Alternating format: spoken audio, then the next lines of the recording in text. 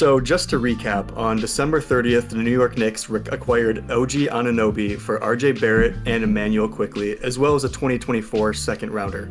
Now, OG made his debut on January 1st in a win against the top-seeded Western Conference Minnesota Timberwolves. And I'd say that debut kind of gave us a good look at what we're looking to expect from the New York Knicks. And since OG's debut, the Knicks are 15-3, beating some notably healthy powerhouses like I said, the Wolves, the 76ers, and the Nuggets. So after about a month of a sample, what are your thoughts on the Knicks' success post-OG trade? No, the addition of OG Anunoby has completely transformed their already pretty good team into a legitimate threat within the Eastern Conference and maybe within even the entire NBA. You mentioned their notable wins, and they definitely are noteworthy. Being 15-3 since that time frame is great, but it's really more about how much he's improved their all-around team. They're the second best defense in the NBA throughout that time frame, only trailing Cleveland Cavaliers, who they're actually tied with in defensive rating, but they do have the most wins throughout that time frame with 15, going 15-3 again.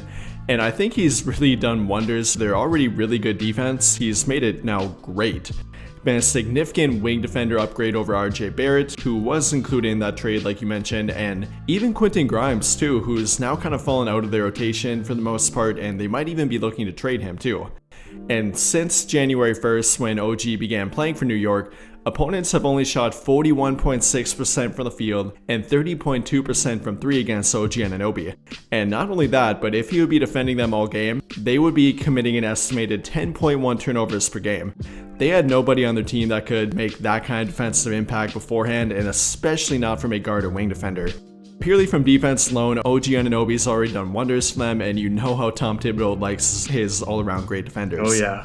Yeah, I mean, the big thing with OG is he can play 1 through 5, and I know we talk about that with a lot of guys, but like truly, when you watch his games, he can play 1 through 5, making him a huge nuance on switches for guards. Like that 76ers game, there was a couple times where he got switched onto Maxey, who is obviously one of the fastest players in the league, but he's just right there with him, makes himself narrow on the high screens, and just slips through, and he's just extremely versatile in that sense.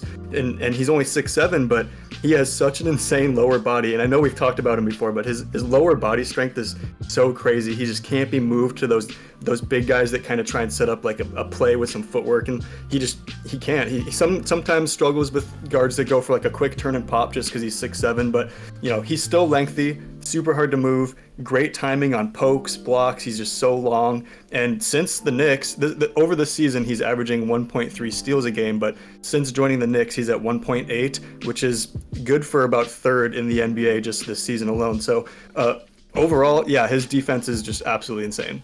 Yeah, 100% agree. A little bit more on that block and stealing that he's done since becoming a Knick. He's actually in the 86th percentile for blocks among forwards and the 95th percentile among steals among forwards throughout that time frame. Just incredible versatility, everything that he's able to do on the court. Doesn't matter if he's defending the point of attack, the wing, or even down low like you mentioned too. He can definitely hold his own against no matter what player he's matching up with.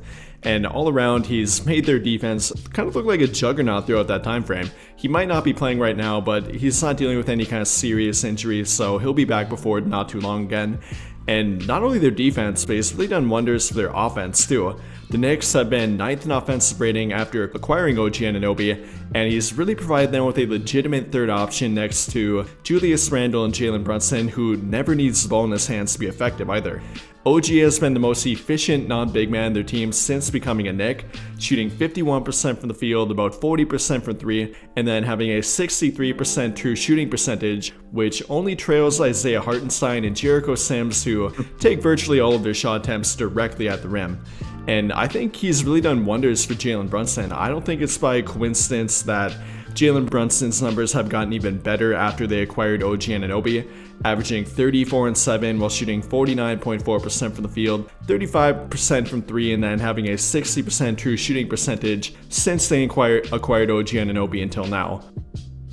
Yeah, exactly. And it's just a lot of the times it's about that fit. Like we knew what Brunson was capable of just with the last few years of him just kind of coming up to his all-star, caliber level. And, Julius Randle obviously kind of doing what he's been doing, but basically just being those shot creators and even shot makers, it works well with what OG's trying to do. And you had, RJ and Quickly, that were also kind of in that mix doing that. But I think that having Brunson do it and OG kind of, doing his own thing, filling his role on the side, not looking to create shots, but, making those buckets at an efficient level when he has to, and just taking contact and driving to the net at those high efficient, shots that leads to that true shooting percentage, like you say. So I think that that's just been huge for the Knicks overall. And, like we talked, they never really had a versatile defender like OG. Makes a lot of transition opportunities for these guys as well. And when you have the mix of OG and then you have the mix of Brunson and Randall, I think that it just meshes way better than it was with Barrett and Quickly. Definitely, 100%. I mean, nothing against RJ Barrett, and he's actually been playing even better now that he's been with the Toronto Raptors. Much better fit for him, a lot more freedom there, even though they're really not winning that much, so take that as you will.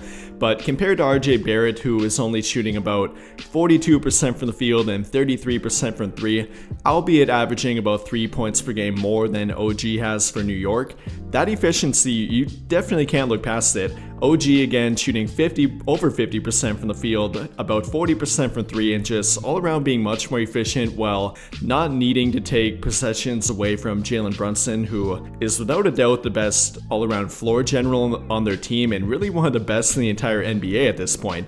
That's done wonders for their offense. Being simply more efficient does a whole lot in terms of generating higher quality shots, not only for them, but for teammates too. You've seen guys like Dante DiVincenzo, his numbers have gotten better after they acquired OG Anunoby as well. Even guys like Josh Hart are more wide open than they were before, and it's just done all around great for their offense. The more open you can get other guys, the more likely they are to make shots. And I mean, in a pretty simplified Tom Thibodeau offense, when you can get that kind of high quality offense rolling like they have been, that's a great thing for your team, and especially when you're legitimately elite on defense too. They're a great two-way team at this point, and they're only kind of beginning to mesh together. I can't imagine that it's not even going to get better going forward. Yeah, exactly. And just looking at the trade, the Knicks knew exactly what they needed to make a meaningful impact on the court. I think they gave RJ Barrett, I kind of hate talking about him so much, but he kind of, to me, was kind of like the main focus of this. They gave RJ Barrett the time to kind of take that leap, and he never really would find the jump that they kind of wanted. So I'd say that, after the small sample size that we have here, basically for the month of January, it was a really great move by the Knicks, and I am here for it. Yeah, definitely agree again. I mean, RJ Barrett was a little bit to give up. You never know if he's going to take that huge leap, or not even huge leap, but really that efficiency leap that we were all hoping to see from him. I'm kind of a little bit more distraught at them giving up Immanuel Quickly. Again, definitely think it was worth it given everything that OG has done for them, but I'm kind of more interested to see the leap that Immanuel Quickly will take for Toronto. But pushing all that aside, again on the next year, overall, the addition of OG Anunoby has definitely transformed them from, being a good team with around a ceiling of about the second round to now being a legitimate threat within the Eastern Conference to, maybe not even make the conference finals, but even having a real shot at making the NBA finals.